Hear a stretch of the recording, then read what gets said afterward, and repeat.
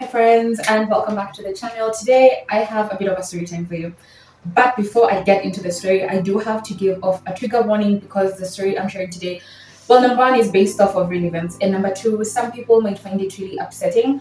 The nature of it really upsetting, the story itself really upsetting. So if you are sensitive to that kind of thing, this is your official trigger warning to log out this video right now or proceed at your own risk.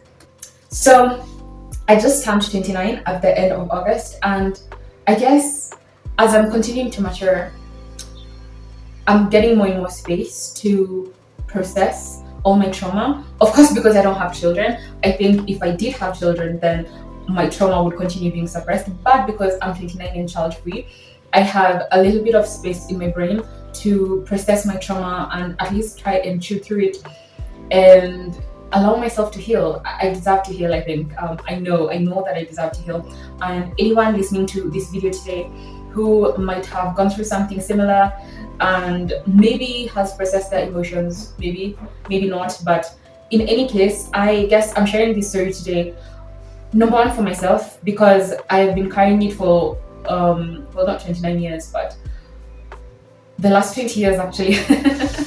That feels crazy to say.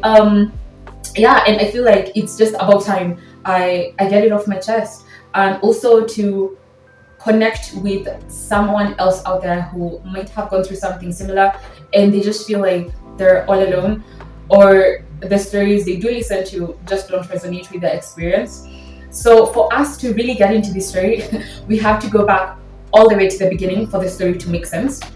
So I was born by my mom when she was 18, okay? And because of that, she obviously had to go back to school. This was back when getting an education was literally the difference between making it and basically abject poverty. So luckily my grandparents were educated and they really prioritized education. So it was also prioritized for her to go back to school and get her education and all that. And so because of that, I kind of grew up, as one of the other kids in the house. And this was back when people lived with their extended families and the house was really crowded. We were like 9 people in a 2-room house, which sounds crazy. It sounds crazy, especially to someone with means. You're like, how do you fit 9 people in a 2-room house? To date, I have no idea, but it happened, and that was my childhood. I'm sorry, I haven't really had a chance to really look back to memory lane, so it's also like an experience for me. It's like a first time reveal for myself and you, the viewer, because it's not like they're not particularly happy memories, so I try not to dwell. Anyway, so to cut the long story short, because we were living with the extended family, I was exposed to relatives and all that, and one of my uncles thought it was a good idea to molest me. Yay! And it started when I was around 5, I think, and went on until I was 9.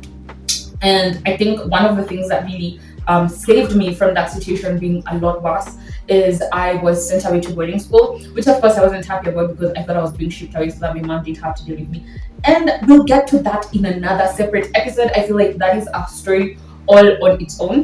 And I don't want to dwell on the fact that I was being abused as a child. I don't think that is going to help me or you, the viewer. But what I will say is that I think that someone might have known and they just chose not to deal with it because they felt like it wasn't their business because I wasn't their child. And now as an adult, it's like something that I have to think about at my big age. I'm like, there's no way that a child is being molested around her family and not a single soul knows. It's like, I just don't buy it. I just don't believe it. But I accept it as a part of life, and I accept it as a life lesson for myself to make better decisions. As I said before, I'm child free by choice. Like, I would literally rather die a gruesome, horrible, scarring death that would scar my soul for the rest of eternity than literally be pregnant or literally give birth. And I feel like so many things that have happened in my life contributed to me coming to that decision. And also because I think that children are people. Yes, when they're born, they're tiny people, but they are people, and they do grow up to be actual people, just like me and all other adults. And I feel like a lot of people who give birth to kids don't really think about them like people. They think about them as these accessories until the child is old enough to say, I'm not okay with this, I'm okay with that, and like set boundaries for themselves. And anyway, I digress. All I'm saying is that the point of me sharing this story is because, number one, I want anyone out there who was molested as a child, abused as a child, to know that you're not alone. Number two, to know that it is not your fault. It is not your fault. Like, I literally carried the guilt and shame of being abused for like 10 years. For like 10 years after it happened, I blamed myself constantly. I felt disgusted with myself. I felt guilty. I felt like I carried it, like I felt like I deserved it, like I deserved to be abused for some reason. And it took me forever to turn a corner, and realize that no, I was a child being abused by an adult man, and there's no way that child, that 5-year-old child, deserved to be abused. There's nothing that she did to deserve to be abused. Do you understand? And I feel like I know that I'm not the only victim of abuse who carries the guilt and shame, like feeling like you might have done something to deserve it. And the other reason is because if you plan on being a parent, if you don't plan on being around your child to care for your child, please keep your eggs in your body. Like, that's just like a public service announcement. Like, if you have no intentions of being an active parent, then you have no business being a parent to begin with. But ultimately, you are the person to decide what you want to do. I mean, your body, your choice. But all I can say, as a child who was being abused while surrounded by family members, all I'll say is that it is better not to give birth to a child if you don't plan on being an active parent. And with those out of the way, the other reasons why I wanted to make this video is because, looking back now, like now I'm 29, and so I think I have the ability to have just a little bit of critical thought around why people have children when they're still children themselves, and why I wasn't aborted. Although, like, if there's another timeline, I hope that either my parents used protection, or I hope I was aborted, for the love of Jesus. But what I will say is that, looking back now at 29, I'm able to think through why that mom at that age, my biological mom, let's call her Becky. So why Becky decided to have a child at 18, despite the fact that her family was in abject poverty, her parents were abusive themselves and not very good parents. Looking back now, I would say that maybe she had a child to have somebody who would love her or something, and that literally could not have backfired worse in Becky's face, because I literally despised her for the majority of my life. I feel like it's only as an adult, I think since I was around 2019, when we had a chance to be separated and I went back to live in my grandmother's house for financial issues. We may talk about that in another story, in another episode. And that separation really gave me the chance to raise myself and decide what kind of an adult I want to become, what values are important to me, what morals are important to me, what stories I want to define my adulthood. Because the things that have happened before 2019, they were so much out of my control. Like, I felt like so many things were happening at me. Like, I really felt like I didn't have even the slightest semblance of control. And so it was that separation that allowed me to really raise myself and ask myself, okay, so now that all the stuff that have happened to me have already happened, what do I want to carry forward with myself? Like, what do I want to carry forward?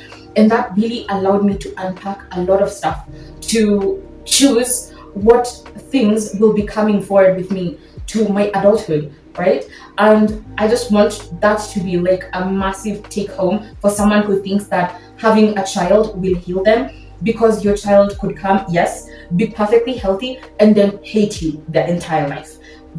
Let me just tell you, speaking from experience, it could happen. And also, your child could come and have special needs. Are you prepared for that? Your child could come and they have some kind of mental thing that makes them a danger to you and any other children you have. So I feel like procreation has to be done more responsibly, and it has to be done with a lot more thought behind it than just giving birth to a child. One, because that's what people do. Like, I've had that response so many times, asking what I would call, quote unquote, irresponsible people, why they had a child. And they're like, well, that's just what people do. I'm like, are you a cow? No, cows and horses and a lot of other animals, they get bred. They don't have a say or a choice in whether they get bred or not. Like, they have no say whatsoever. So for us to behave like cattle, I think we owe ourselves as conscious beings and beings who have the capacity for consent to behave like we have consent and really think about our actions and how our actions have impact on the future generations to come. That brings us to the end of this video.